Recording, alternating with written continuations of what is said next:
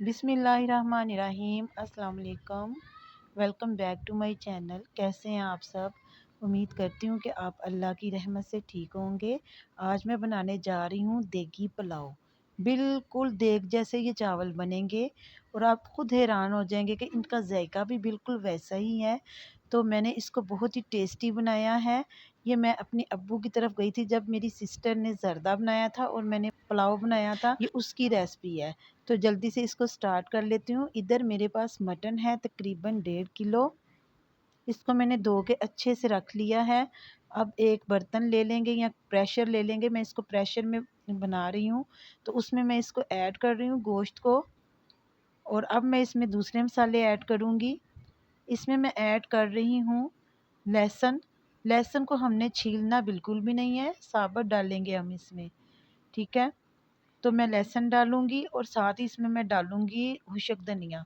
लेकिन ये दोनों चीज़ें डालने से पहले मैं इसमें ऐड कर रही हूँ पानी।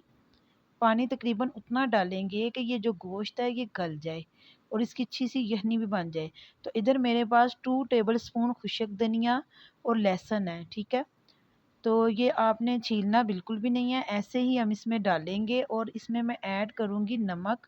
नमक भी आप अपने टेस्ट के मुताबिक ऐड कर लें। तो ये बहुत ही पुलाव सबको पसंद आया था। आपने मेरी रेसिपी को ट्राई ज़रूर करना है।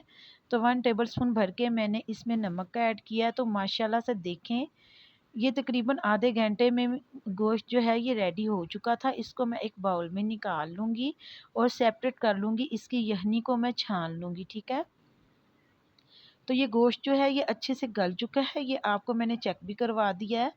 तो यखनी को आपने अच्छे से छान लेना है। जो साबुत लहसुन था वो भी और जो खुशक धनिया था वो भी, वो एक साइड पे आपने मसाले कर देने हैं।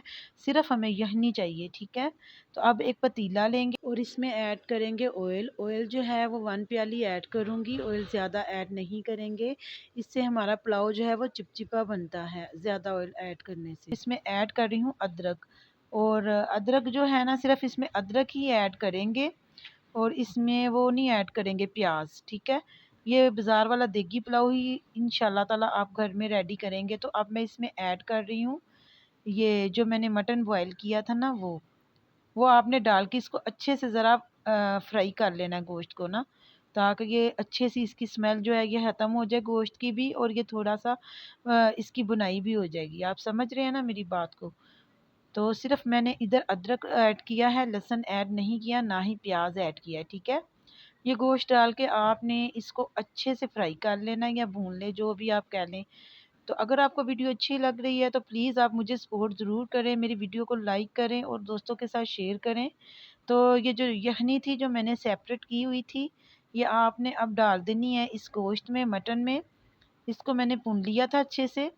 तो ये डाल देनी है आपने सारी यखनी, और जो मसाले थे उसमें लहसुन और खुशक धनिया वो हम ऐड नहीं करेंगे। ठीक है, तो यखनी सारी मैंने ऐड कर दिया है। ये मेरे पास कुछ साबुत मसाले हैं जिसमें तेज़ पत्ते और दालचीनी और काली मिर्च और ज़ीरा यानी कि गरम मसाला जो होता है ना, वो 2 टेबल स्पून जो है आपने भर के ऐड करना है।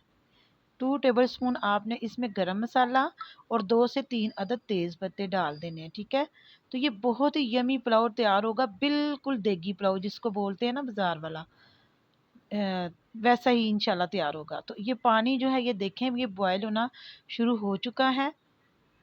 यखनी बिल्कुल रेडी हो चुकी है। अब मैं इसमें ऐड करूँगी ये चावल।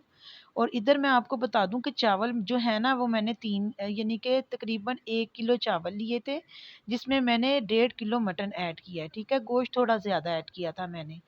तो आपकी अपनी मर्ज़ी, आप बराबर का भी ऐड कर सकते हैं। यानी कि अगर आप 1 किलो चावल बना रहे हैं ना, तो उसमें तकरीबन आप 1 किलो गोश्त लाजमी डालें, तभी उसका जायका आएगा। ठीक है, तो मैंने तकरीबन 1.5 किलो मटन किया था। तो आप पानी चेक कर लें। तो पानी देखें कितना है, ये देखें, जिसमें बस चावल है हमारे थोड़े से डूबे होने चाहिए। तो मैंने इसको ढक के रख दिया है तकरीबन 10 मिनट के लिए, और 10 मिनट के बाद मैं अब इसको चेक करूँगी। आपके सामने ही चेक करूँगी। तो देखते हैं इसकी अब क्या कंडीशन है चावलों की, ये गले हैं कि नहीं, मैं चेक करती हूँ।